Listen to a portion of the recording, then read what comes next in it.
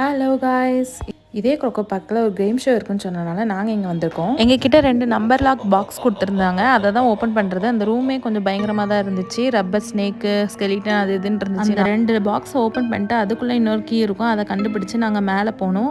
மேலே போனோன்னா அங்கே வந்து அலாவுதீன் அற்புத விளக்கு இருக்குது. அதுலேருந்து அந்த பூதம் வரும்னு சொன்னாங்க. அதை நம்பி நாங்களும் வேக வேகமாக தேடினோம்.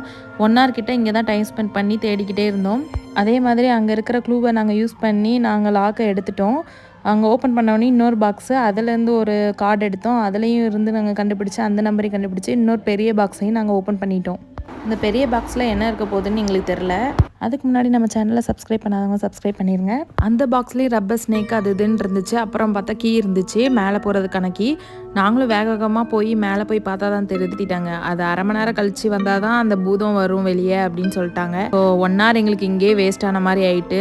பட் பரவாயில்ல, ஃபைன் பண்ணுறதுக்கு நல்லா இருந்துச்சு.